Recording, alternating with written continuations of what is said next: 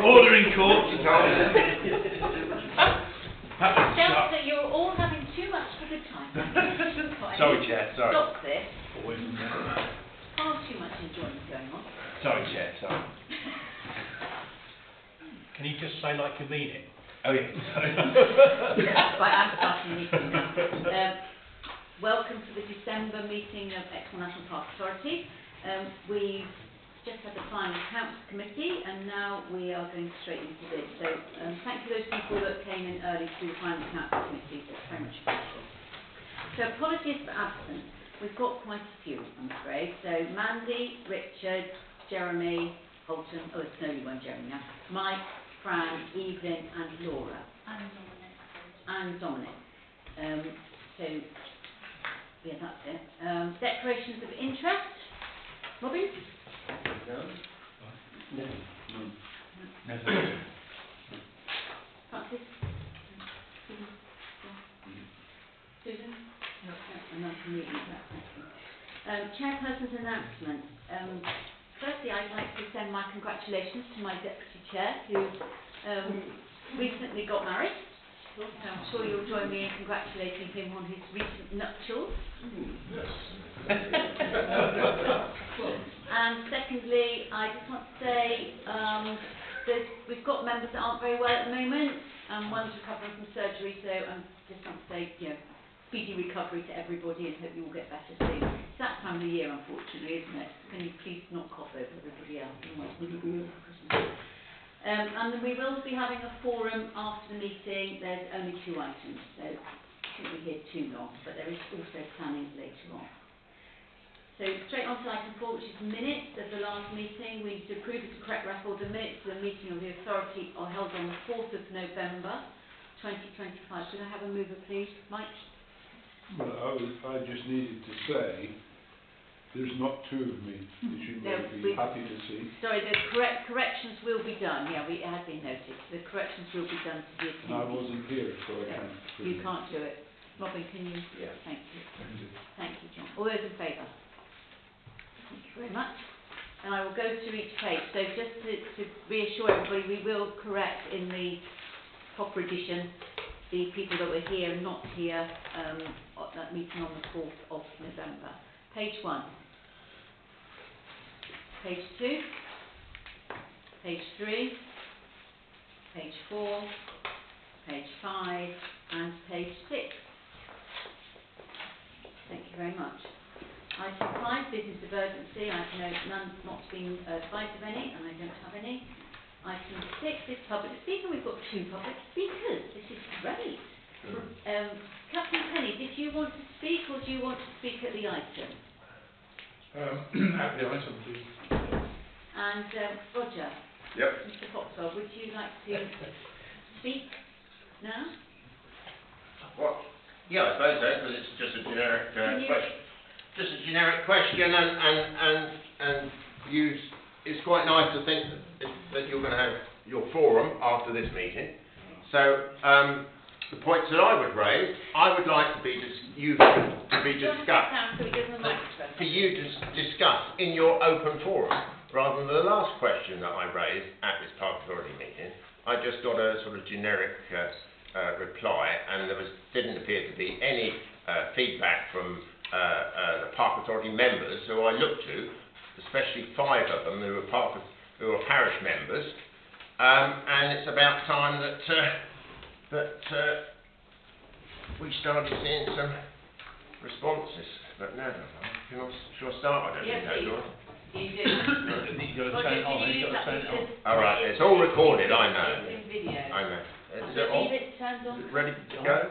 Is it ready to go? Press the button on the top. All right, sorry. Right. Okay. And hopefully, Madam Chairman, you might give me a little bit of way on the questions that I want to ask. So I will go over the 2 minutes. I'm sure. Is that okay? I'll give you 3 minutes. Sorry. 3 minutes, It's Christmas, Mr. Fox. It's Christmas. Else I'll be coming back to the January meeting to finish off the questions that I'll be asking. You come to the January meeting, that'd be great. Yeah. Right, great. Thank you for letting me come speak today. A press release came out yesterday that it's great to see that you're going to form a youth board. But speaking to farmers at the cattle market yesterday about it, obviously they weren't privileged to the press release and everything else. They've got young farming families. You need to extend the age limit to 30 rather than 26, because that cuts out a lot of younger farmers who I know for a fact that would be interested in getting involved in a youth board. And I see you're trying to hopefully you're not trying to rush us through, because the cut-off date is by the 15th of December. Well, you need a longer consultation period to try and get advertising and getting younger people involved in this park authority. So that's my point on the youth board. Spending of money over £500. Quite a lot of you around the table have got laptops up in front of you. Spending over £500, I would encourage you all to look to have a better understanding as to where this park authority is currently spending money. So the Pioneer project. You're obviously all aware of the Pioneer project and the area that it covers. Any money left over from that Pioneer project needs to be spread around that area better. And all that, and the money that's being spent needs to be spent in the park authority, area. So some of the spending that's gone out from the Pioneer money is we've spent some £1,700 on folding rustic tables, and we spent some £392 on rustic chairs. That's a company that we've used from Bedfordshire. If I'm right, if I read it right, I stand to be, corrected.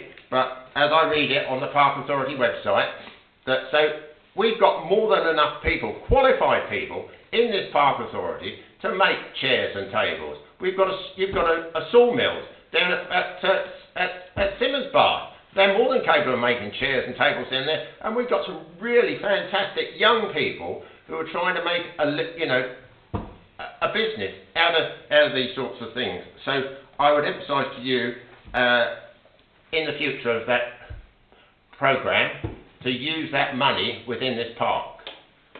I don't know if you've got a board that administers that money. So food for thought on the Pioneer. FIPL money. So if you look, it makes an interesting read. Looking back, as I said, spending over £500, on the FIPL money.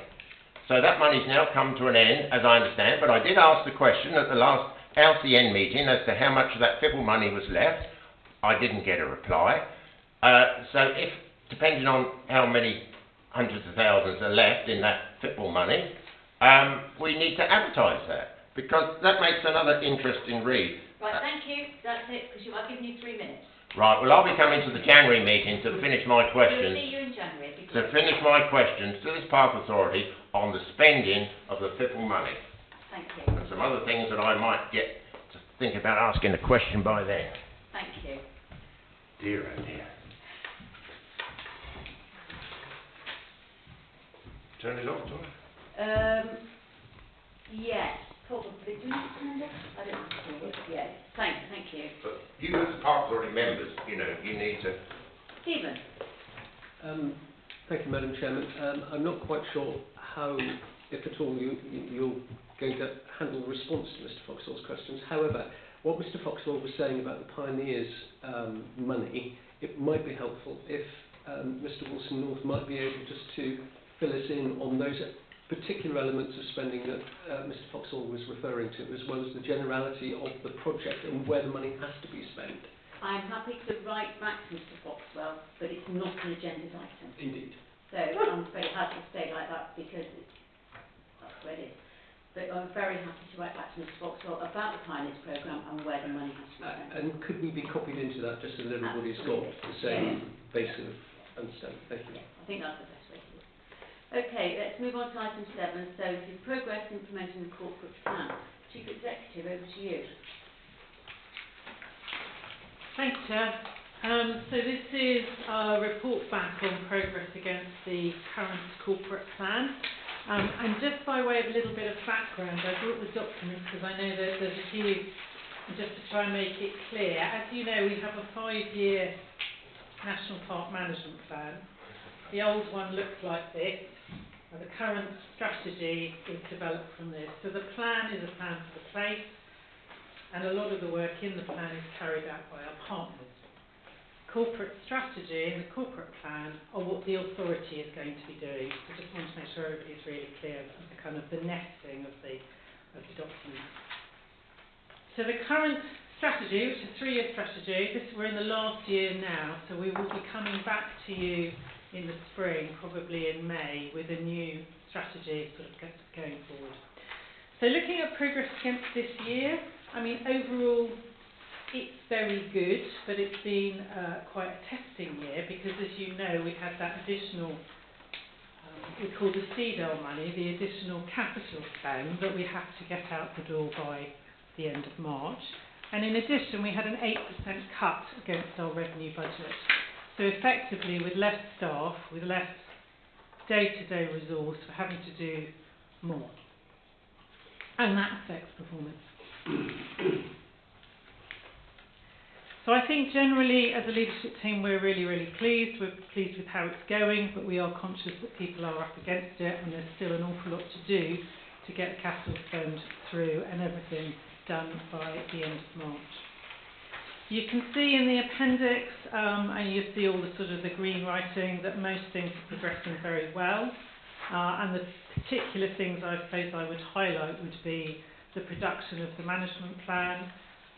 We used to call it the partnership plan. Officially, it's the management plan. You know, we didn't bring in consultants. We didn't spend extra money. It was done by the staff team, led by Claire Reid, and we're really, really pleased with the plan.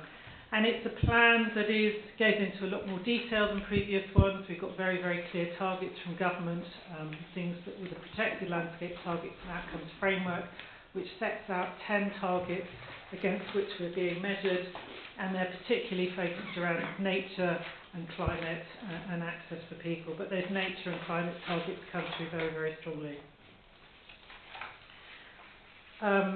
We've already had mention of the Pioneers programme, which is started this year and is going very, very well, and also the Farming Protected Landscapes programme, where you know, we've committed most of the money now, I think, if not all, but we'll check into that, Roger, and get back to you on that. And the other one to mention is the big landscape recovery bid. Now, you heard a bit about that at Forum recently from Alex Farris. Huge amount of work has gone into that. There's 20 farmers across the moor working in collaboration with the National Park to deliver both nature recovery and productive farming across the heart of Exmoor. We're very excited about that bid. Our plan is to get that in March next year. There's still a lot of work to do, and we'll be coming back to members in January to talk in a little bit more detail about what's in that for the National Park. And the thing I'm most proud of in a way is the quiet team down there in planning, who are now running at about 99% of applications going through on time. So real credit to the planning team and to Joe, who's leading the DM team, and Ruth in forward planning. You'll see there's bits of new work that we're doing, which mentioned at 2.3, that we continue with our income generation approach, so trying to make the estate work hard. You'll hear a bit more about that in a minute. And there's been various sort of policy developments around tourism, volunteering, equity, and so on, which we have brought to members over the year. Again, quietly behind the scenes, we've installed new systems both in finance and in development management. I'm pleased to say they've both rolled out very well. The downside things to sort of look at really, I suppose it is clearly around staff capacity, and an example of that is our Tom Thurlow, who's our historic buildings expert, has really had to focus on delivering the driver project because it's a huge project, big spend, which takes your eye off, some of the day-to-day work.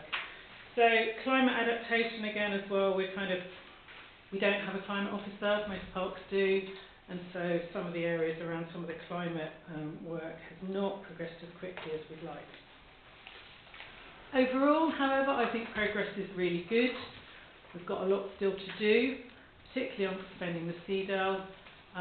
We have not heard yet from DEFRA our allocation for next year. We hoped we might hear something by Christmas. I think that's now incredibly unlikely. So I think it's going to be the new year before we know what that funding looks like for next year and whether the CDL will continue. So as you can imagine, we are regularly pushing DEFRA to give us an update on spending for next year, because the longer time we all have to plan for those expenditures, the better job we can do of it.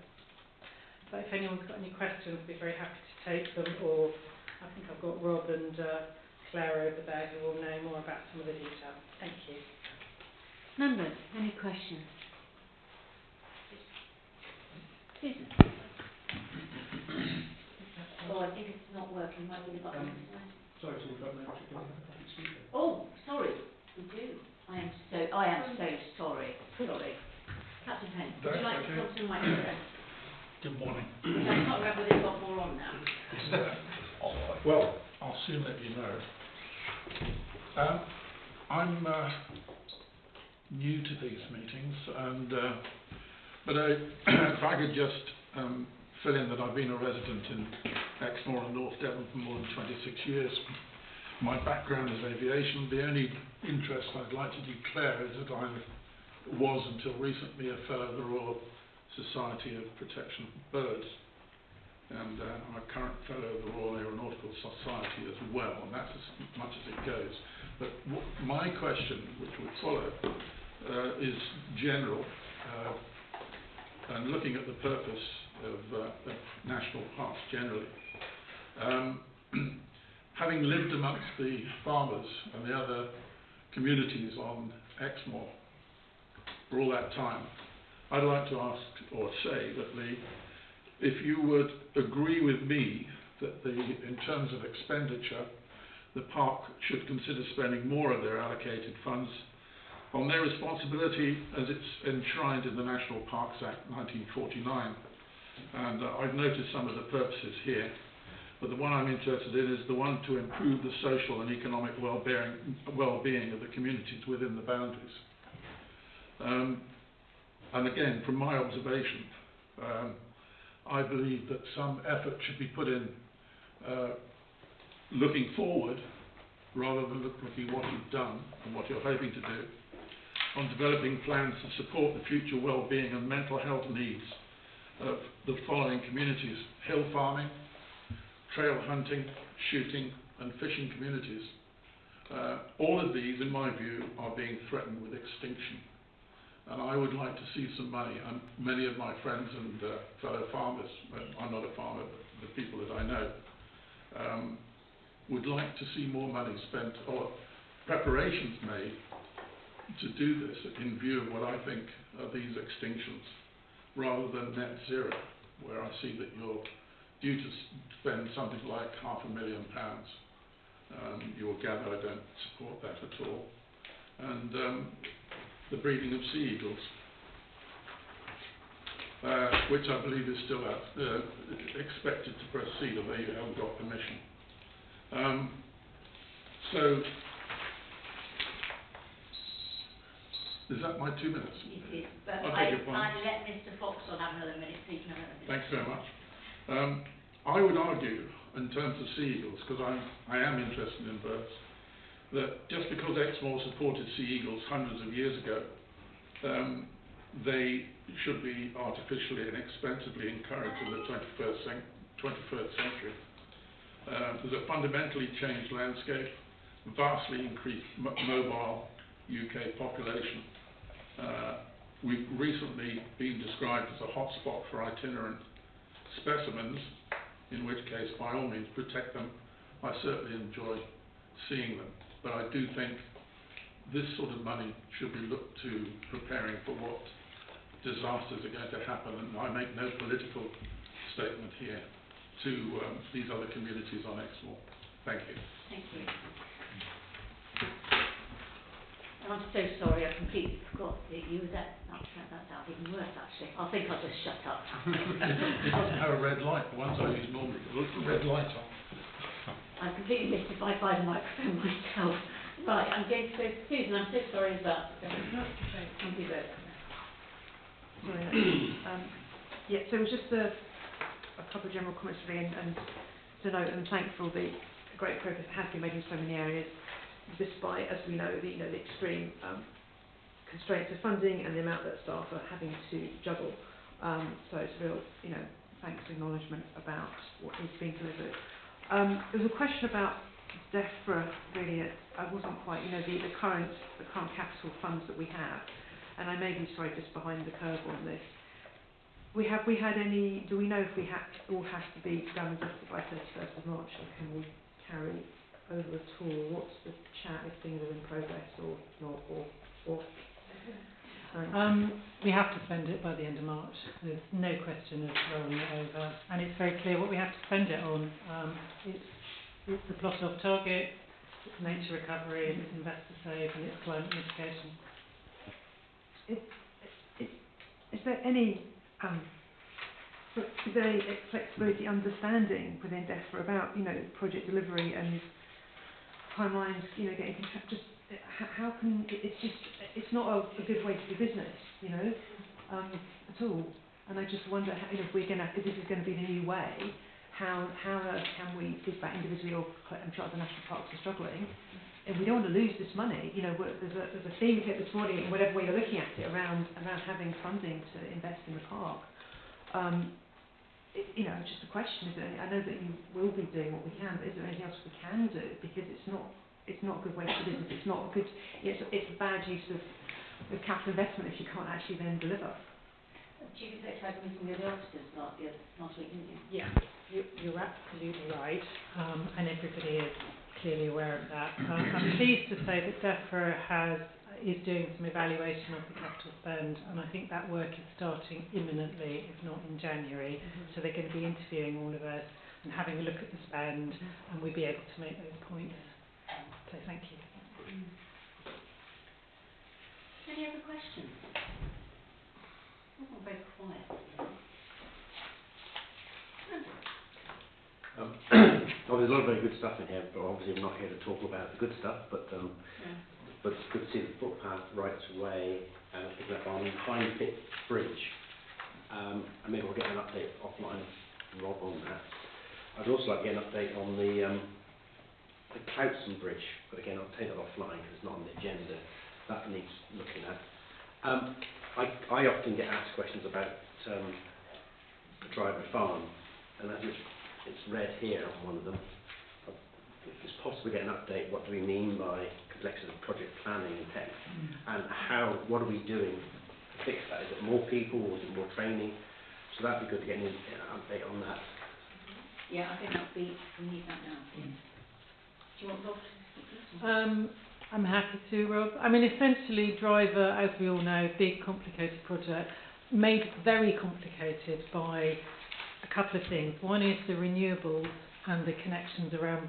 Once we made the decision that we were going to stay off-grid, there was a huge amount of work to do in sorting out the renewables contract and trying to make sure that the architects and the renewables people are talking to each other.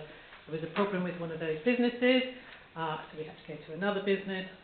About 2 months ago, we made a decision to bring in North as project management from DCC, and that has smoothed things out a bit. It's taken a bit of the pressure off the staff, so we made the decision to spend a bit more money on project management.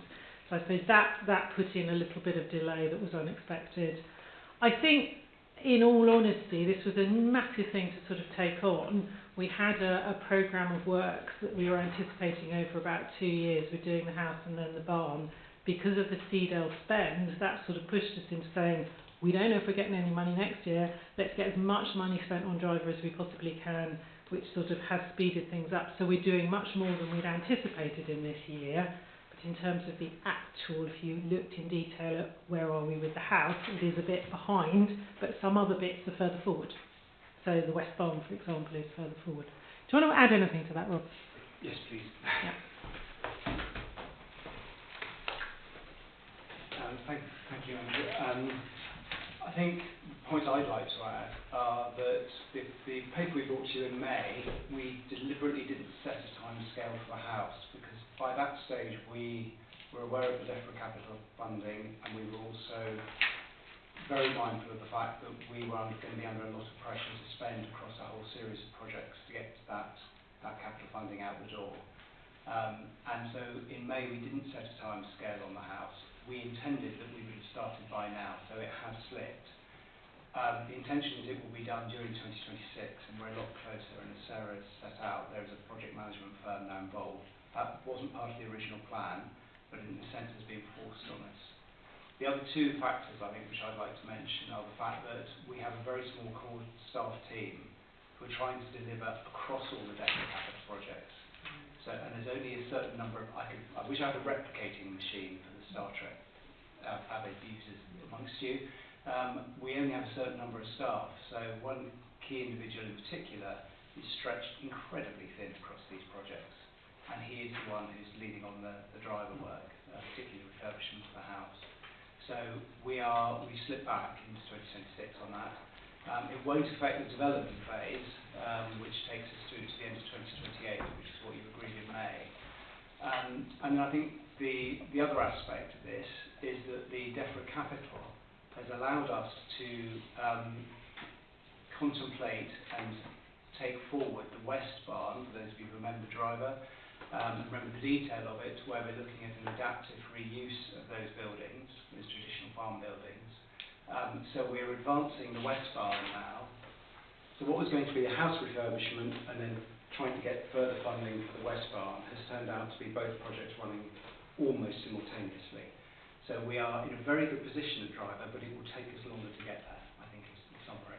But if you'd like to know more of it, there is a staff update on the intranet, which I contemplated sharing with you, but I don't think I can. I don't think I can put it in the public domain.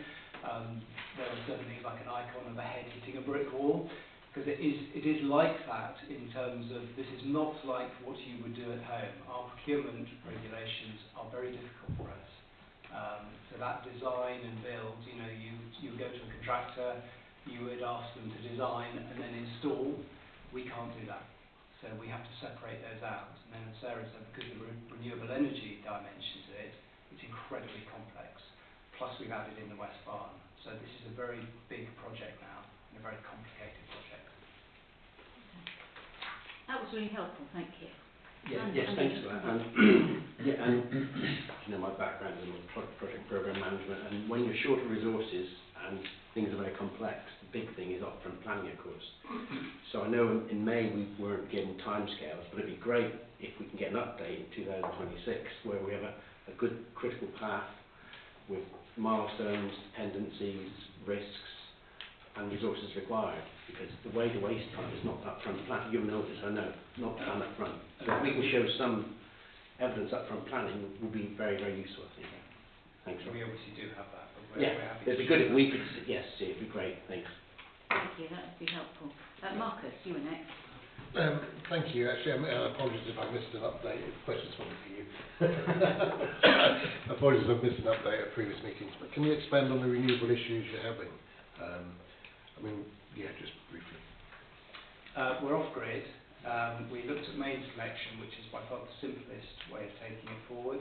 Mains connection was going to be in the order of £115,000, and that's before you get into wayleaves and consents of our neighbours. So we set it aside, and rather in similar vein to Pinkery, we make a virtue of being off-grid.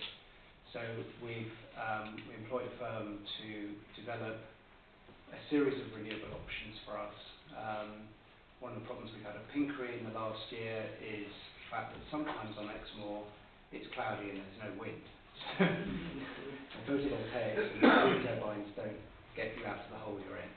So So we have a sort of a hybrid system which will be a generator which is an inevitable backup system.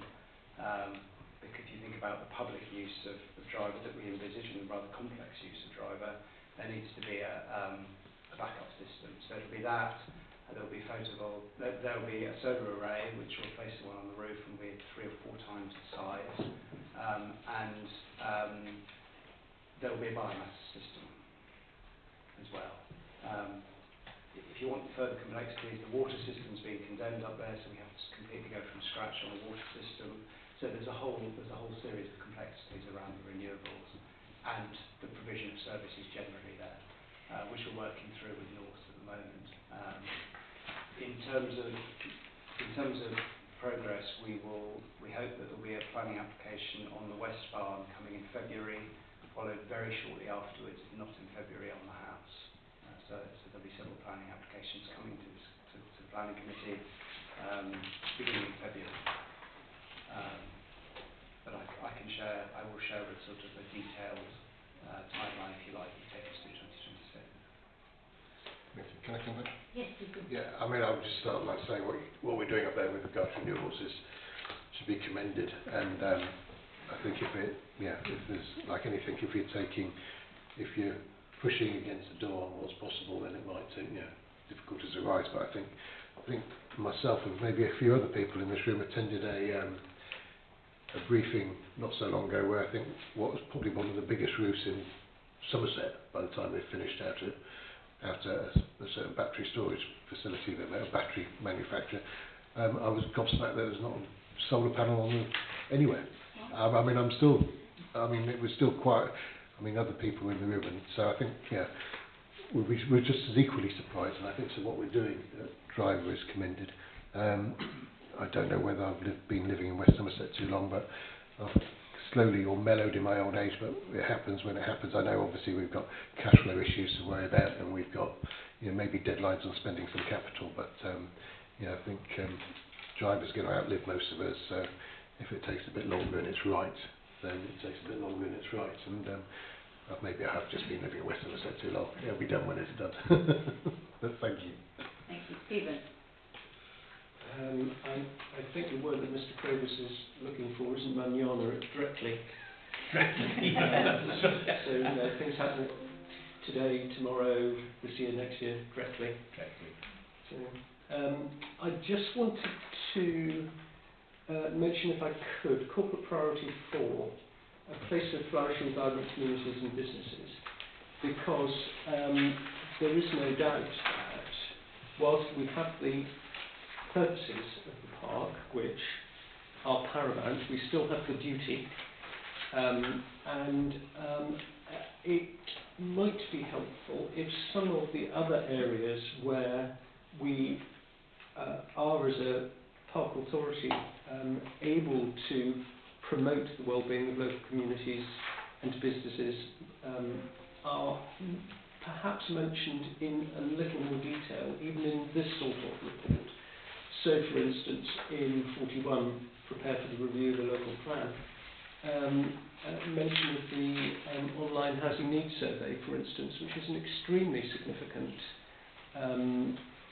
development that will be happening park-wide in early 2026. I think it is something that we really ought to be mentioning specifically, and there are other things that we can do there to beef that up, so it does make it more obvious that we are engaging fully with the duty. That isn't to say we shouldn't ever do more, because of course I believe that we should, but I think that there are more things that we can do to refer to what we're doing in this sort of document, so it would be helpful if that perhaps could be expanded, at least in future iterations of this.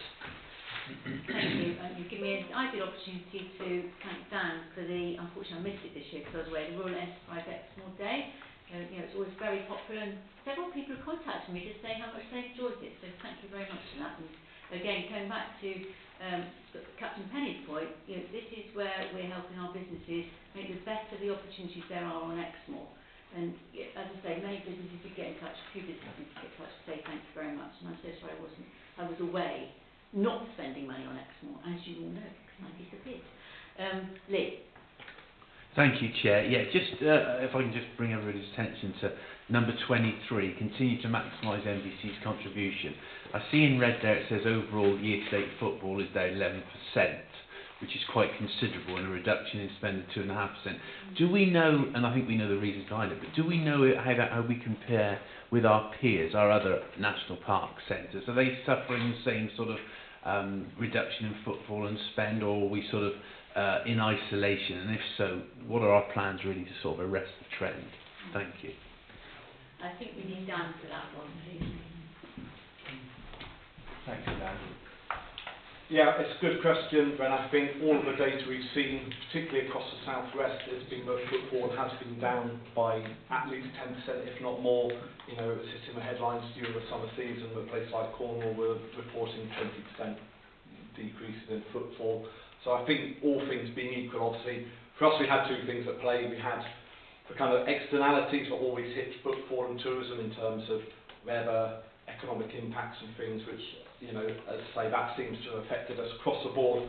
Obviously, we did also have within that 11%, it's not equal across all of the centres. So Dunster pretty much held her own in terms of they're slightly down, but not that far down. Lynmouth were a little bit further down, but on average, I think those two centres were about 5% down, which is, I would suggest, bucking the national trend. We did have a bigger fall here at Dalberton, which we were anticipating in terms of moving from a high street location in order to save funds. You know, but the good thing is within Dalberton, you know, we saw about a 50% drop in footfall. Obviously, we're only open seasonally now, so that explains part of that footfall drop. But we maintained 80% of our spend. And you may recall when we were initially looking at that move, we estimated retaining 20% of spend. So I think all in all, given the kind of all the other externalities, I think we're fairly pleased with performance. Obviously, it's never nice to kind of miss a target, but I think, you know, we are not on our own, and I think conversations beyond the southwest with other national parks suggest a very similar pattern this year. Okay, thanks, Dan. Thank you, Chair. Robin. Thank you. I do have a couple of questions, but I thought might come up better under the estates review bit, because otherwise we're going to be crossing over on a couple of them. A couple of bits within here, actually, that may be appropriate to bring up, especially bear in mind I know the number of phone calls I've had recently. And my thanks got to go to Claire anyway for fronting some of the meetings with NFU and so on, which I suspect have not been that easy or comfortable at times. Just whether there's any update around where we are with that, or particularly on the scope of a species recovery plan, because the sort of messages I'm getting is we've got sort of species recovery one item at a time being dropped on people, and it would be quite nice if in the longer term, we could see where people are asking where are we heading with this. Is there a plan for species recovery? Are there a list of species that feel appropriate, or is it going to be just when there's some money, one at a time, and who's going to front it? That's the first question. And then the other one that I know will probably I will hear about at some point is I look at this and there's just one bit that I feel is missing on the link here. I've just skimmed through quickly. And the one bit that I don't see within our corporate priorities here are any, we see business links, very definitely, and thanks to Dan for that, but I'm not seeing very much around farming and land management links. And that will, I know, I will get an ear bashing over that when I'm at Blackmore Gate or Cuckham Market. You will. Because that seems to be the part that we feel we might need to highlight a little more, particularly linked into our environmental aspirations. We will be expecting or hoping that those people that are actually there working and running viable businesses, and that links to our duty as well, of course, that they're going to be able to deliver a lot of this. I just wonder whether you might want to just say a little more on that. Thank you. Thank you. We'll do. So yes, Robin is referring to a couple of meetings that we've had last week with the NFU. That they on the white-tailed eagle reintroduction. So this arose from a discussion a couple of months ago where they wanted to ensure that the farming community, views were being reflected in any decisions. So we did one meeting at Wetham Cross and one at Paracombe. The original idea was that this was to sort of get to farmers who hadn't already been involved in any sort of consultation or engagement on the proposed reintroductions. I think as it turned out, probably most people had already been engaged in some way, either through attending the X-Board meeting we had earlier in the year, but it was still a good opportunity to to hear those views and to respond to them. We're going to reconvene with the NSU sort of leadership in next week. Natural England will be there, and then all of those comments will be being fed back to Natural England, who then will be determining the licence in terms of whether the release will go ahead or not. The question in terms of the species recovery plan, yes, we're sort of moving slowly on that one, Robin. There have been some discussions amongst other sort of partners, so for example Devon Wildlife Trust, National Trust, others who are looking at thinking about doing other species reintroductions, and a general agreement that kind of looking at this collectively and strategically is going to be worthwhile. So what we'd originally identified is that we'd look to do something specifically on Exmoor. It may be actually that that's a wider piece of work, because obviously these species don't really respect boundaries. So that work those discussions are ongoing, but there's nothing sort of specifically that I can report back to you on that at the moment. And in terms of the farming and land management links, well, I mean, I guess at the moment, primarily, we're doing a lot of that through our work on FIPL. So the team are very engaged with the farming community, trying to get out the information about the funding that's available. I know they've been going to markets, been sort of trying to go to events, for example, that the Hill Farm Network are running, to just get the messages out there, try and get to people who haven't received funding before. And that has been fruitful. That has led to new people coming forward. And obviously we are also involved in the landscape recovery scheme. So as Sarah mentioned earlier, we're leading on the one regarding Exmoor Heartland. It involves 19 other participants. We're involved in the National Trust one with product owner state as well.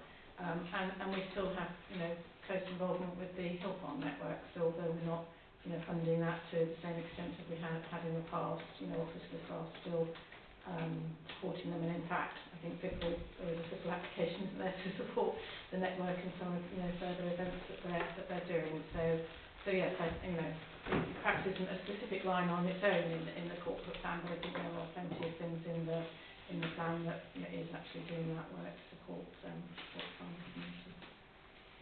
Thank you, Claire. I have no other hands. If I missed anybody? Andrew?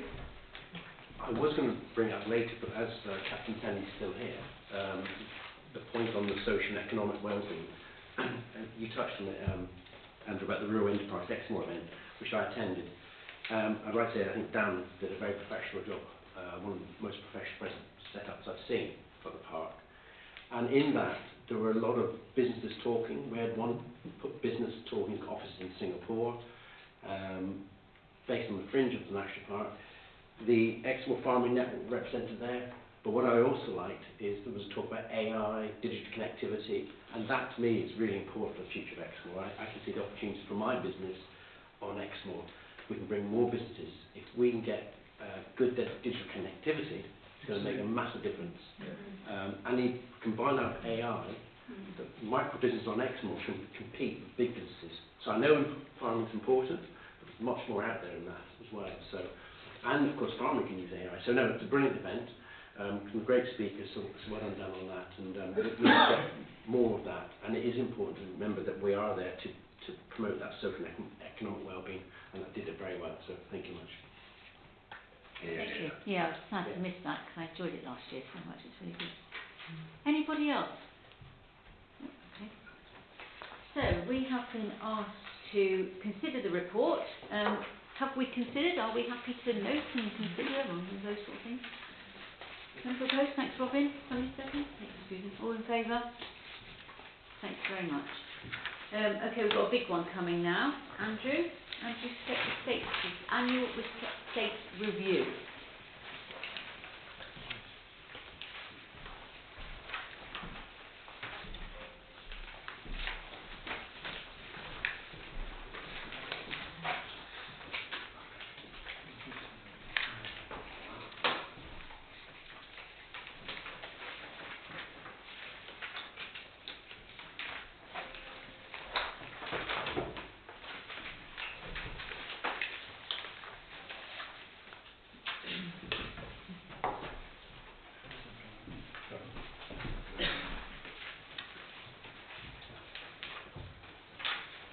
true, Madam Chairman. That's exactly where our next small that is. I have no idea, but it looks warm in a warm day, and It it looks really warmer than is where I Wimbledon. live. It does look like it gets a lot of rain.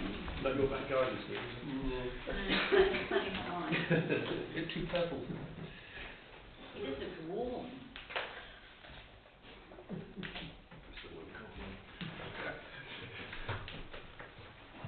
It looks more Californian than Cheltenham to my mind. I think so.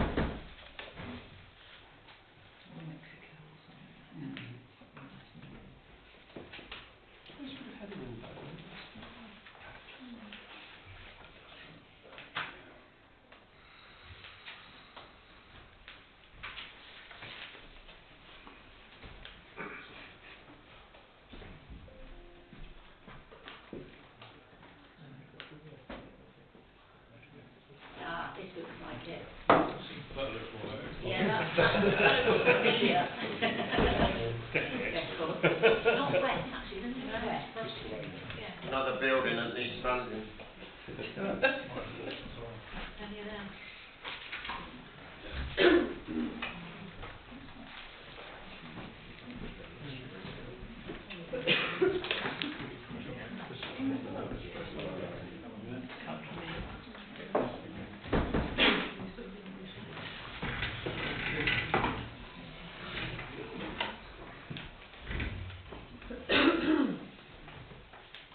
Right, over to you. Thank you. Well, good morning, everybody, and thank you again for allowing me the time to talk about one of my favourite subjects, which of course is our estate. And the objective of this presentation is to demonstrate and review how the estate plays an important role within our corporate plan, and more specifically, Corporate Plan Priority 5, which is a highly performing estate delivering national park purposes. What I've done on this slide is I've just repeated the national park purposes, but what I've done is I've highlighted a few key words, which I hope will have some resonance as I work through these slides. I've deliberately highlighted words like conserve and enhance, but also things like cultural heritage, understanding and enjoyment.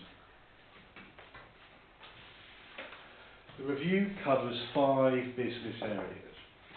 These areas are land management, commercial tenancies, additional income and activities, as well as capital works and repairs and operational assets. This structure ensures comprehensive coverage of all aspects of our estate management, from ecological stewardship to financial sustainability and infrastructure development. It's been a busy time this year for the estate and involved lots of officer time, and so what I've done, I've highlighted and captured some headlines across these business areas, which I hope demonstrate the delivery of the corporate plan priority. What this plan doesn't include is woodlands. That's being dealt with separately by Graham. So starting off with land management, and our priority for 25 has been landscape recovery. And I just put up there the 3 landscape recovery plans within the park. One on the left, we know, is Arlington, one in the middle is Heartlands, the one on the right, the blue one, is Honeycomb Rivers. Focusing a bit on Heartlands then, as you'll be aware, we secured money in 24 for the development phase of Heartlands, which is a scheme based around Simmons Bar, but also stretching northwards across Brendan Common. We've included 9,200 acres of our own estate into Heartlands, which is a combination of in-hand land and tenanted land. We've been doing some significant work streams over this year, more on that in the early part of the new year, I'm sure, but we hope to get an answer, a positive answer in 26. The Honeycomb River scheme was submitted in August 25. Now that's the final scheme in its completeness. We worked with National Trust and Porlock Manor Estate on this. Our land included land at North Hill, which is already in the stewardship scheme, but offered ambitious opportunities for coastal habitat restoration. The plan also includes woodlands at Colburn, Hawkham and Colscombe, and covers half our woodland estate. You will remember that I highlighted words like cultural heritage and understanding and enjoyment at the beginning. Well, Colburn Woods, the historically significant landscape designed by Ada Lovelace, will feature a reopened ride and a digital garden visualisation for remote access. This experience will be structured around an interactive map with 6 viewpoints. Ada's World, as we're calling it, will be installed on tablets and touchscreens at National Park centres. It will also play as an extended film at the Lynmouth National Park Centre Cinema. It will also be made available online and promoted through National Park social media. We hope to get an answer on landscape recovery for Honeycomb Rivers in spring 26. So moving over to Driver, where we have been diligently planning and delivering our ambitious countryside stewardship scheme. We're currently finalising specifications for nearly 6 miles of fencing on the property. It's essential to strike a careful balance between the infrastructure needed for grazing, the pastures, but also the needs of both the deer and our ponies, which play an important role in increasing grazing pressure. Additionally, we must consider the evolving landscape and the changing landscape and avoid fencing and boundaries whenever possible. We've removed the modern farm building from its previous location, which was inappropriate. The building was also end of life. We're now pausing to consider design alternatives in a much better location, but this may take some time. So we're introducing some relatively low-level, short to medium-term farm improvements to assist with grazing the holding. The absence of a building necessitates the need for some cattle handling. And we are considering purchasing a cattle handling facility, rather like that one there, which has been suggested by our grazier, and we hope to buy that with some CDAL money. Note also the chestnut steaks. Those steaks were grown on our estate. They were processed by 3 atop at the sawmill. That batch is about 2,000. We're using that for fencing a Driver. That will be primarily focused on the external boundaries. And we're also investing in monal collars on the holding. We're about to buy 65, again using some CDAL money, working with our grazier. The monal collars will help increase grazing pressure on the wax cap areas of the holding, but also minimise the necessity for internal fencing. Grazing is an important part of our strategy at Driver. It plays a significant role in meadow restoration, and you can see some pictures there of the Sowing the Seeds project. But it also maintains the area's designation as SSSI, which is due in part to the occurrence of wax-cap mushrooms. Additionally, we are creating substantial areas of wood pasture at Driver, which we've already begun to develop, as you can see from the top left-hand corner. If we move over to Larkborough, and if the tech works, in fact we'll fly over Larkborough, there we go. So we've been successful in securing a conservation and enhancement scheme agreement with Natural England for the purchase of 40 monal collars, which we're working with our partner Grazier there. Larkborough forms a part of the North Exmoor SSSI, which is a nationally important site with large areas of heathland, moorland, marshland, satellite woodland, together with many associated habitats such as scrub, acidic grassland and bracken slopes. The use of the collars will ensure that the cattle can be placed in compartments to tackle areas that the cattle tend to avoid, and will therefore effectively focus grazing. By using monal collars, we can identify grazing areas within an application on our phones. We then attach a collar to the cow, then we train the cow under strict guidance, and then we can move those fence boundaries on the phone. You can see that landscape couldn't really accommodate any additional fencing for landscape reasons, so monal collars is quite an exciting development for us. So moving over to our commercial tenancies work area, and no better place to start perhaps than up at North Hill at the campsite. You'll remember that our tenants, our long-term tenants at North Hill, left us at the end of 24, and that gave us a rare opportunity to repurpose the site and seek a new partner. Our ambition for the campsite was to broaden the previous offer and target new audiences. The response from the market to our offer at Moorwood was extremely positive, with over 100 initial inquiries and some 30 business plans submitted. Following further process with extensive evaluation and discussion, we were able to offer the campsite to a couple based on their vision for the site, the robustness of their business plan and enthusiasm for Morewood. Morewood reopened in 25 with an expanded and revitalised offer, receiving highly positive feedback from customers. Our tenant, Eleanor Lee, delivered a very impressive presentation at the interview, and I've shared with you here one of their handouts. As you can see, it's a mind map, and I think this illustrates just how consistent their aims and objectives were in our ambition for the site. I've also captured there just some feedback from campsites.co.uk, which again I just think illustrates just how successful they've been. I do not believe we could ask for better ambassador tenants for that site, and I think this is partnership working at its best. The relocation of the Dolverton National Park Centre to Exmoor House presented an opportunity to secure a new tenant for 7 to 9 4 Street. So after a marketing campaign, we're pleased to have been able to offer the tenancy to Molly's Makers, providing a shopfront in the centre of Dolverton for a range of local producers. So moving on to the business area, which I've called additional income and activities. Again, you may remember I highlighted the word enjoyment. Well, that photograph captures the creation of an easy access path that links Pinkery Centre to Pinkery Pond. The route, when completed, will enable individuals with mobility challenges to access areas that were previously unreachable by them.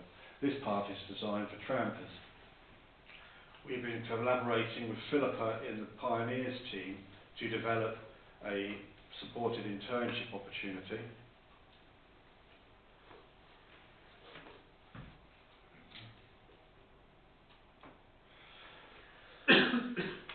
We're optimistic that this role will be both enriching and immersive, allowing an individual to work across the estate in an exciting capacity next year.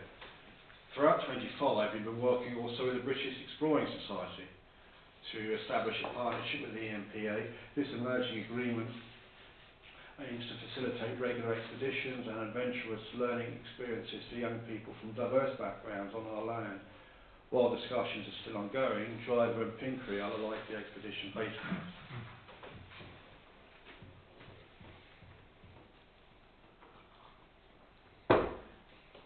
Each year we advertise opportunities for catering concessions across the estate at various locations. Recently we've been working with this company called the Really Wild Coffee Company, who have demonstrated some really exceptional flair and entrepreneurial talent. Their coffee truck is impressive, it's off-grid, it's powered by a UV panel on the top, and what this couple have done is that they successfully targeted the early morning dog walkers at Haddon Hill. We're currently discussing opportunities for wider satellite sites with them. And not only does this provide us with much needed income to the estate, but also improves the offer to our visitors at key sites. So moving on to our capital works and repairs programme, just touching on Driver for a bit. The refurbishment and specification for the farmhouse, including the provision of off-grid services, is nearing completion, and as Rob said, planning permission in the early part of New Year, and the plan is to commence works on site in the spring or the summer of next year. Detailed proposals for adapting the West Barn have been developed, and I'll share some emerging ideas with you on the next slide. But again, as Rob mentioned, the planning consent for that is due in the early part of the new year. As you can see from that picture, the modern barn has been demolished, and detailed plans for a planting scheme and an informal parking to replace it are ready for submission, and for planning consent in the early part of the new year. I'll share with you some plans. Again, these are emerging ideas, all subject to planning consent, but you can see how the site is beginning to shape.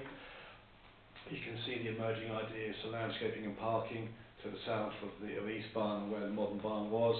The dark building is the West Barn, and you can see to the north of that we've removed the sheep handling facilities we're providing for camping, and that little building just to the left of the West Barn is a proposed kitchen covered area for camping. Again, just to highlight again some of our emerging ideas. This is the West Barn. You can see we're proposing some toilet and washroom facilities at the lower end. The middle part of the west barn, and this is the old threshing barn, the middle part will be some accommodation where you can go and stay, and the top end will be a space for activities and events, whether that's conferences or weddings. Again, just one more on West Barn, because this is quite exciting stuff. You can see how the architect's really quite skillfully designed some really clever adaptation there. Again, that top drawing, you come in from the yard area into the threshing barn, which will be a really quite exciting space for events, a kitchen at the one end, accommodation in the middle, and then some toilets and washrooms on the other side. So moving next door to Pinckery, you will recall earlier this year we got planning permission for both the roofing works and the classroom adaptation.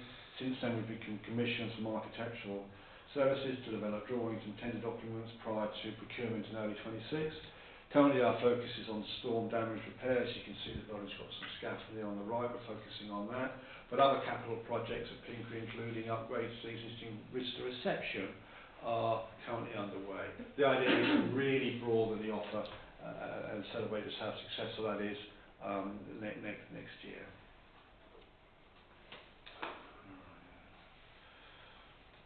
Again, I just shared some pictures of the barn. This is the main classroom there. You can see we're opening the ceiling up.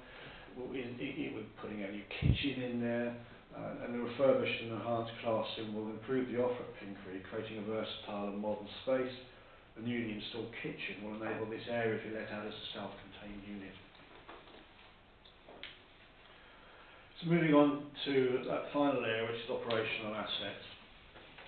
It's been a busy time at the pavilion this year. During 25 we successfully obtained planning permission for the installation of an external extraction system for the cafe, which looks quite simple and innocuous, but actually that completely revolutionises the extraction system in that cafe, which is really quite important for the business there.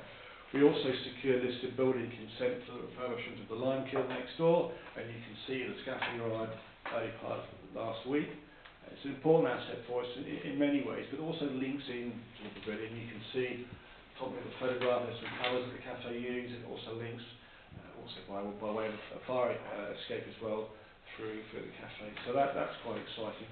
But also that visitor centre gets 100,000 visitors a year. So there's a lot of pressure on the infrastructure there. So we are in the process of procuring refurbishment contract for the bathroom and washrooms, so we're all set for next season. The estate also provides accommodation for the workforce, and in response to staff feedback, including insights from the recent staff survey, we've initiated the repurposing of vacant space within the Exmoor House to enhance working conditions.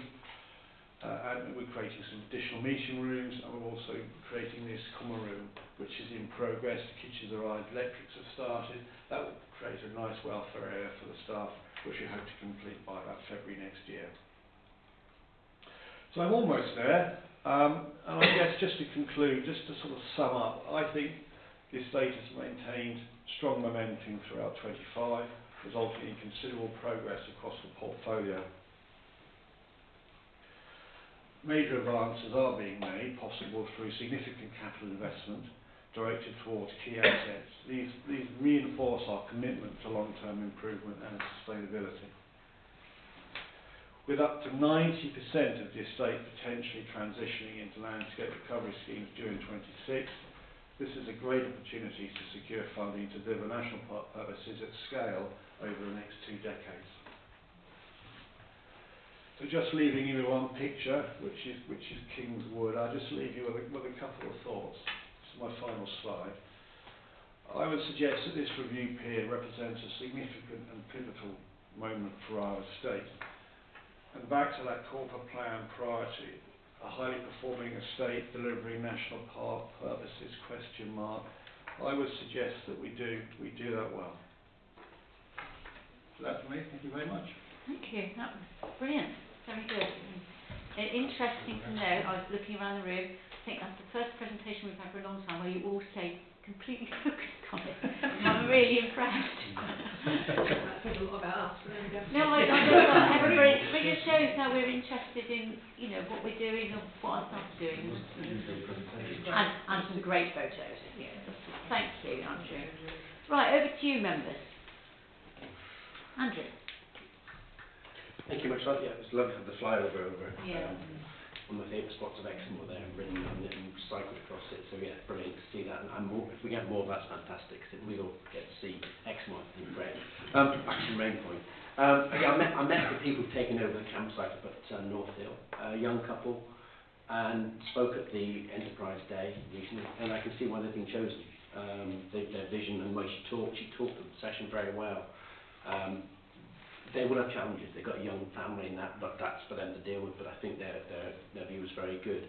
Also, the wild, get the name right, really wild coffee.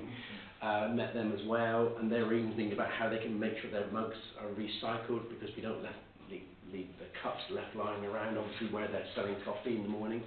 But they're working out how they could recycle those, because apparently they're quite hard to recycle. So again, the mindset they've got was very good. And then just moving on to the estate thing, there were two things which really made me pick up. Driver farms and weddings. I assume that may have been thinking aloud. And also, if we can come back to that, also Pinkery, which I understood now is mainly used for, I'm also looking at my planning notes, obviously mainly used for school children. When we talk about improving the offering, what does that mean? Thank you for those two questions. Firstly, should we deal with the weddings at Driver? I think the idea is to create a space that is versatile, both for us as a user, but also forward thinking to diversification for what will ultimately be a farm tenancy. So there's opportunity there for diversification. So it could be weddings, it could be parties, it could be conferences. It's not targeted at weddings, but it's a space that typically be used for things like that. In terms of the offer at Pinkery, the idea is that Pinkery and Driver, of course, are synonymous. They're next to each other, they're part of each other. And part of our thinking is to develop the business plan for Pinkery, so that it may be, and it depends who our future partner is at Driver, but if Pinkery could be organising and running the camping, it could be organising and running some educational events at Driver as well. But also I think there's some headroom at Pinkery where we want to go beyond educational visits, and perhaps in terms of income generation, just look at opportunities for corporate events and corporate training as well, which is why we want to just augment that offer with some better quality facilities. If I come back, yeah, I mean, weddings sound better than that, but actually I know Exmoor farmers who have set up for weddings. The Pinkery, improving the offering for corporate training. I've actually used Pinkery for some of my clients in a very rough way. That was several years ago. Be very careful, I think, when you try and mix corporate training with classroom. You've got to understand what's your best segment. Coventry County City Council ran into problems of their place in North Wales, where they tried just the two, because the requirements of corporate training are very different to classroom training. So you've got to know your market segment and stick with it, I think. And if you try and go too wide, you'll meet no one's requirements. So I think stick with what you're good at, your core competence on that one. Thank you. Stephen. Like Mr. Bray, I was also intrigued by the suggestions for Driver, which I think it's the first time we've seen them. Of course, if the Deputy Chairman had known about them, he might have postponed his wedding for a few months. But, I can see that having a flexible space there is important. Just from the members' point of view, I would say it would be nice to maybe have a bit more sight of what could be being thought about, because it was news to me, and looking at you, it looked as though it was news to you too. So whilst I'm grateful for the heads up now, it would have been nice perhaps to have had a little bit more of a sense of what was being thought about there. It makes sense if it's being part of the agricultural tenancy there, that this offers additional flexibility for the tenant to be able to generate income, because that's going to be very important. But precisely how that will work out, I think perhaps we need to have a little bit more sight of before the planning application is submitted. Point one. Point two, and it comes back to what we were talking about in the last item about the Dolverton Information Centre. Because I have to say I have been very impressed by the new tenants at 4 Street and their offer.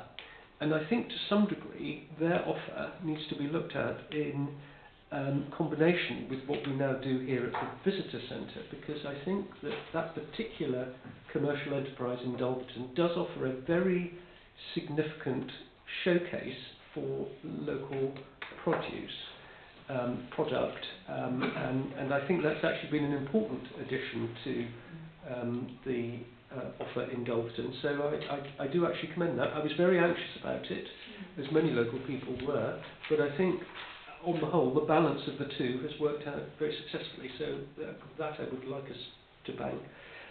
The final point was on Simmonsbath Sawmill, where I see we're beginning discussions over the new tenancy agreement, and how the occupancy has been successful for both parties. And I note Mr. Law's reference to the Chestnut Stakes that 3 O'Clock produced, which are the tenants at the Sawmill, for Driver. Again, I think that's a very interesting and important example of a local business that has developed very significantly and very usefully in premises that the National Park happens to own. And I do welcome the fact that it looks as though we're going to be moving forward without prejudgment on a new tenancy agreement there. So again, I think those are ways in which actually we're assisting local businesses and balancing up with what the park needs and can produce as well. So I think they're both good examples of moving forward in tandem with local enterprise. I think that, yes, you're right, those two things particularly stood out as a really good way of operating our estate. Yeah. For the benefit of not just the National Park Authority but local people. But we need to be mindful of that when we make these arrangements. Yes, absolutely. Lee, you were next, and then Francis. Thank you, Chair. Andrew, thanks ever so much for an excellent presentation, really thorough presentation that I think we've all really benefited from, and I echo what the Chair said when we were all fixated to the presentation, because it was really, really enlightening. Thanks. I just want to say a couple of things. I really applaud the diversification at Driver. I understand what Steve and other members are saying in terms of it's the first we've heard about it, but I think for a future agricultural tenancy to have that idea of diversifying into the wedding venue or conference centre or whatever is excellent, because additional income streams are always welcome in that sort of in that basis. So well done for that. The Pinkery, just one thing on Pinkery, the work, there was scaffolding, wasn't there, on the right hand side. So the work you're looking to do, and it's very impressive what you're looking to have done there, will it impact on any income generation? So, for example, I think Andrew mentioned we have schools there, and we have other groups, if you like, attend it, and will obviously pay us an income for doing it. Will the work impact on any income generation while that's being done? Thank you, Chair. Thank you. Andrew. The emergency repairs to the roof, we're hoping to get done over the Christmas shutdown period. And moving forward into next year, the idea is to work around existing bookings and commitments. It may be that if the work is particularly disturbing, then we may have to do some discounting, but the idea is to minimise interruption to business. So some visitors may experience scaffolding and they may experience builders around. We'll try and minimise that, but we're certainly honouring current commitments, and the idea is to continue the business. Thank you. It was a difficult decision because we could have shut down and just gone and just focus on the building, but we've decided to honour existing buildings and work around the commitments and work around them. Yeah, great. Thank you. Thank you, Chair. Yeah, and of course, it being the Christmas shutdown, the weather might not be in our favour either. Just very short days too. Francis. Thank you, Madam Chairman. Yes, fascinating. Really helpful, really useful, and thank you. And I particularly echo the things that Stephen was saying about the way we use our estate to the benefit of this authority and the community. Particularly, I want to commend the fact that we have a tenant in Dulverton, in what used to be our National Park Centre, where our National Park Centre works with the library so that the library can be used far more than its official opening hours. I hope that we will here take note of the fact that the tenant that we found has been very keen to continue that arrangement, and be very much involved in the community. And I'm not sure that that was, we at the authority felt that was terribly part of our business at the time, but I think it's an example of how it can really work well, and I'd like us to have that in our minds when we think of future developments. That will happen over time, you know, different things will come forward. So there's that one, and the other one, yes, absolutely. If we let a farm tenancy a driver, diversification is almost certainly what will need to happen. We know it's very marginal land. We know the history of tenants of driver since driver was built, and it is a struggle to make a living in such an area, and farming needs a bit of extra help. The one thing that I want us, when we're thinking about that sort of thing, to be just to have in the back of our minds is that where we're seeking to use grant funding to fund something which could become a commercial opportunity, particularly for us, there may be people who feel, well, it would be jolly nice if they had some grant funding to enable their business. We also need to be quite careful about how we do our communication, how we work with the local community to make it not feel unfair. Robert. Thanks, Andrew. Thanks, Andrew, for that. I mean, what it highlights actually is the breadth of the estate that we have here at Exmoor National Park, which is substantially more than very many, I think, and quite a diverse list to be dealing with as well, Andrew. I do have just a couple of questions, really. There's an awful lot around the land management side. We've got a huge land management area for land management, but I rather hope it wouldn't be the case, but it is ultra dependent at the moment, it appears, on particularly landscape recovery and so on. There is an element of risk there. I assume that you have thoughts in mind, should that not progress as we would like it to. I rather hope that doesn't become the case, but it would require a fundamental change in approach should that landscape recovery not occur in the way in which it's assumed it will. That's one side. So we're really ultra dependent for that management on DEFRA funding at the moment, as well as our own core funding and so on. So, and what I'm looking at as well, in some ways, we're setting ourselves up for some quite extensive management requirements. Do you foresee that we have enough staff time and availability for the likes of managing what is becoming an increasing complex estate? If you're looking at the types of letting for driver and so on, it's going to require substantively more direct management than has necessitated in the past. I mean, admittedly, that means the very hands-off management is what put it in the rather dilapidated state it was in now. So that would be the one question around there. And what sort of brings that to mind as well is there's a little bit of stuff around our hands-on management of that we will be expecting new tenants and so on to use, like around the collars and so on. It's great having the funding from DEFRA available to buy them at the moment. What's our anticipated lifespan? Because obviously they will require replacement, repairs, that sort of thing, and that will have necessity coming from somewhere. Similarly with the chestnut fencing, and I tend to look at the chestnut fencing and feel it looks great from a prospect that we're using our own chestnut. Dependent on where we're using it to create fencing, there is again a management requirement there. Historically, that sort of fencing doesn't last a great deal of time, and potentially you might be in 10 or 15 years' time looking at replacing a huge amount of fencing with no support or capital grant to do so. And will the management be dependent on that replacement in that time? Just didn't want to see ourselves setting ourselves up for a fall at some point in the future. A couple others while I'm there. One was around, just a little around that, I didn't see anything around how Pinkery's actually performing at the moment.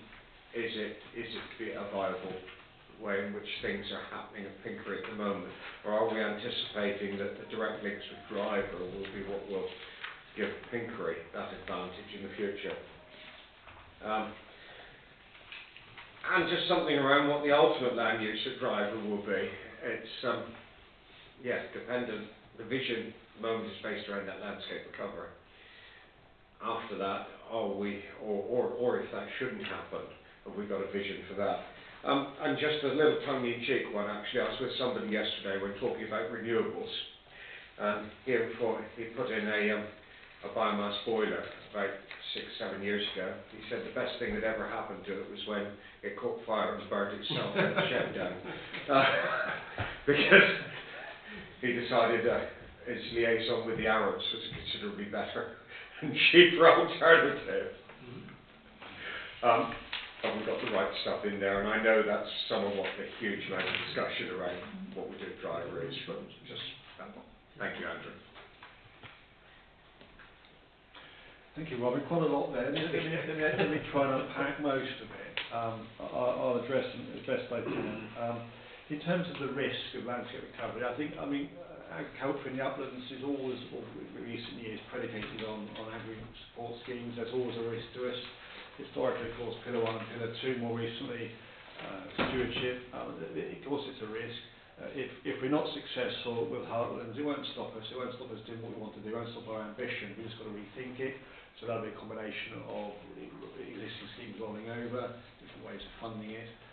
It won't stop us.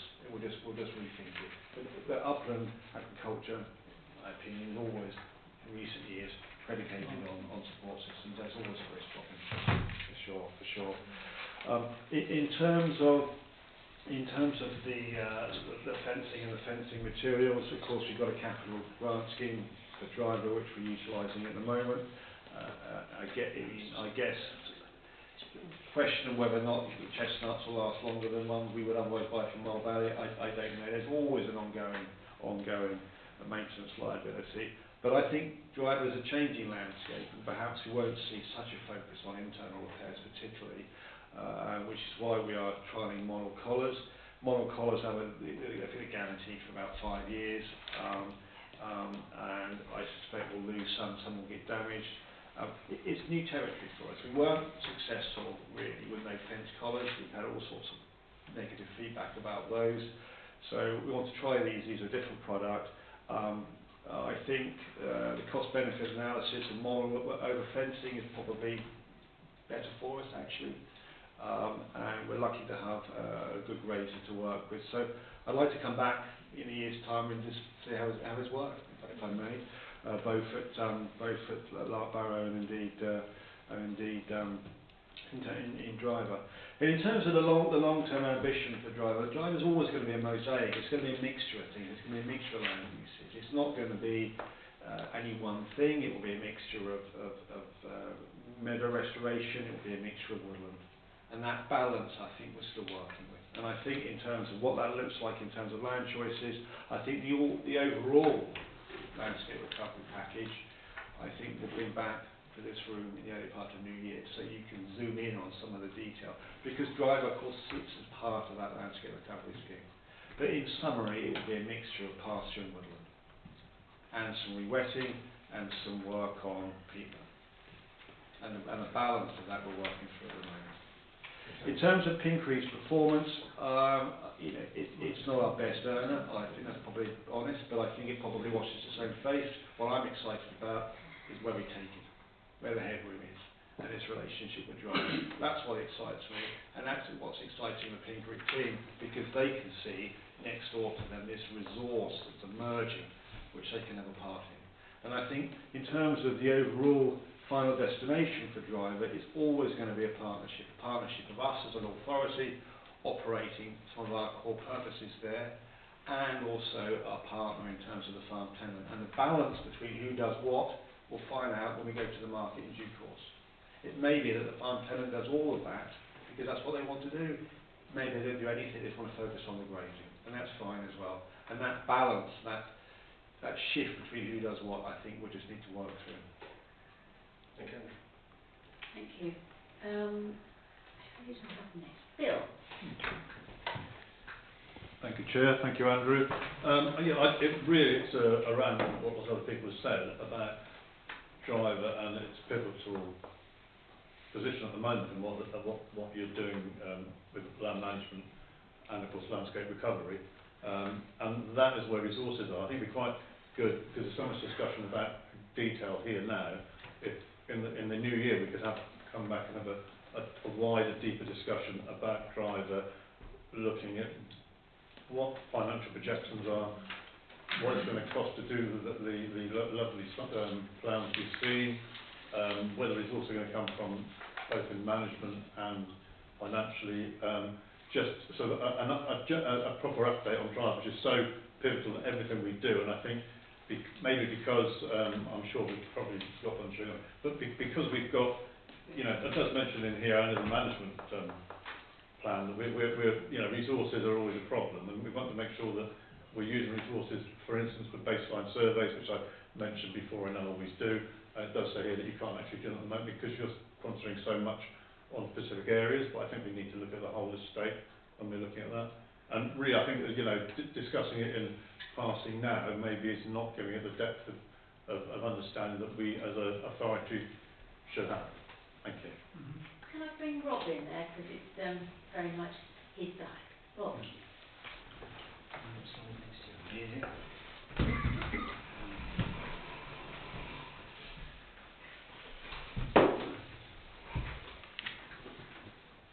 I think if I can take members back to May and the authority paper, I just wanted to pick up some of the detail that we had approval from you in May. So in terms of one of the things we shared with you was our approach to the traditional buildings. So if I may just go back to Huxley's point, what we actually put in front of you was potential revenue streams, which involved additional accommodation in the West Barn, 2 units, the house split to be accommodation for a tenant, and a third of the house to be holiday accommodation that the tenant could use as letting capacity, and that the rest of the West Barn would be used for charged events and hire. So we were setting out at that stage how we would adapt the West Barn. So the plans that Andrew has shared with you today are exactly in line with what you approved in May. What we also put in front of you in May was the fact that once you get approval for the development phase, we would give you annual updates. It's part of the estates review on what was happening at Driver, which is exactly what we're doing today. Now, in terms of the land management in more detail, as Andrew has pointed out, that is caught up very much in the development phase of the Heartlands landscape recovery. Now, you're going to get a briefing in January on that in detail from Alex Farris, and he will walk you through what landscape recovery options are and what we plan to do and what the potential payment rates are for the Driver. So all that will come to you in January. So I hope that answers your question. Partly, yes. Thank you, Rob. Yes, I just think that I'm pretty sure that when the discussion was held, that there was concern about maybe you're trying to do too much at Driver, too many different things, and obviously when weddings came up again, I think people rolled their eyes because that was, and I saw you did as well. So that's fair enough. But I just feel that it's such an important part of what you're doing, what we're doing. And I'm always, I know at one stage when my question stuff out, someone said, what have I got against Driver? I've got nothing against Driver.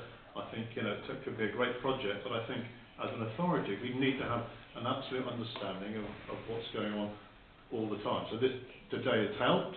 What you've just told me is added to that, and hopefully we'll get more landscape recovery in the spring. But it's just, I just feel that I go back to one of the original discussions on Drive we had here with tables, and we had projections and ideas of where we're going to go. And it'd be quite nice to sort of see an update of that. But where are we on this plan, and how much money have we spent, and what is the projected cost? Those sort of basic things. So I'm quite happy to wait till next year's estate review, but I'd like to know a bit more in the meantime, if that's possible. Thank you. Yes. Yes, I mean that's absolutely fine with us. I think I'd like to reassure you, we are not doing anything that isn't utterly in line with what you approved in May. So a lot of the work this year has been taking down the modern barn, as Andrew's already shown you, and then working with architects and consultants to progress those proposals that we set out, I think, really clearly in May. I don't know if you recall the drawing that Julian Zell did, where we had the uses of all the buildings specified and numbered, and I walked you through that in quite a bit of detail. And what we're doing now is no different to what we said we were doing in May. And of course there is no build yet on site because, as we've already said, the timescale has shifted slightly. So 2026 we'll see all of that work progress, subject to planning. Thank you. I've got two more speakers, Marcus and then Stephen. Thank you. Thank you. Yeah, on that, I mean, I just think of when I think of Driver and Pinkley, I'm sure I recall, many years ago, sat in this very room deciding, what we do about the future of Pinkley, and I'm glad, I think we made the right choice, and hopefully it will all pan out according to plan. I mean, I was actually going to touch on something that hasn't been mentioned so far. And it's only a little thing, but the works to Exmoor House, and many years ago I used to, you don't make any money out of the offices, I used to say, but actually maybe I've mellowed again. And actually it's quite an important, the working environment is quite an important thing, and it's a little thing that's often overlooked. Even nice toilets make a difference. So I'm pleased to see that's happening. And it is essential that when people are in Exmoor House, that it is modern-ish. Obviously it's in Dolverton. But I noticed a difference between, in another place, I noticed a difference between one council offices and another council offices, and actually how I long back to the old one because it was just so much nicer. It was nice to go to, made you want to go to it, and I think I'm pleased to see that's happening. And obviously I wouldn't be averse to any other improvements to the Exmoor House if the funds are available. I'm not saying it needs improvements, but I can understand why it's been done. But thank you. Thank you. But you've reminded me of something now, Andrew. You did have a little circle around the loos at the pavilion.